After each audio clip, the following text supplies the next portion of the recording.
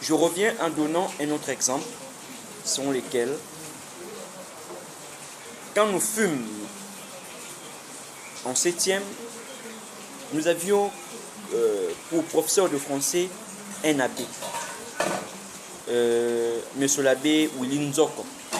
Mais on avait l'habitude de l'appeler abbé Fumbwa parce qu'il aimait bien le Fumbwa. Il disait même, si un Fumbwa quitte ça pour Kenge et que ça faisait 3 jours en route, il les mangerait. Et c'est tout à fait vrai parce qu'il est vraiment fan de Fumbwa.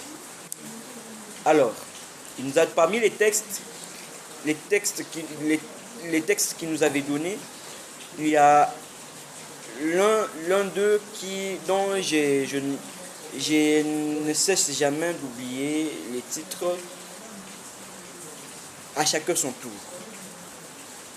Là, ils étaient heureux, monsieur Mouillé, madame, qui c'est quoi là? Bon, j'ai oublié encore les contenus, mais c'est-à-dire, c'était une femme et un homme, donc un foyer où l'homme ne venait que la nuit. Il venait que la nuit, il avait beaucoup de copines d'ailleurs par-ci par-là, et c'est la femme seule qui souffrait avec les enfants. Et tout à fait, la femme soit. Lorsque l'homme rentra un jour, la femme va chercher à divorcer. Alors, l'homme, au lieu de chercher à convaincre sa femme pour qu'elle ne divorce pas, il a appuyé la femme parce qu'il ne voulait plus de sa femme. Alors qu'ils avaient 3 enfants. La femme divorce de son mari.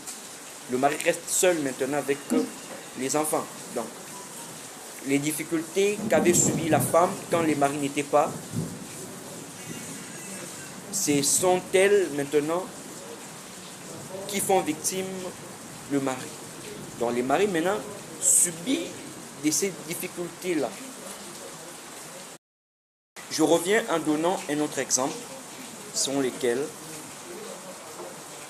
quand nous fûmes en septième, nous avions pour professeur de français un abbé,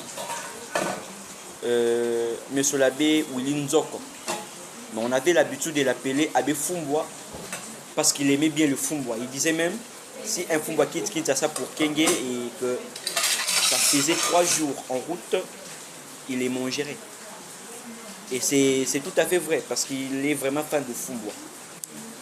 Alors, il nous a parmi les textes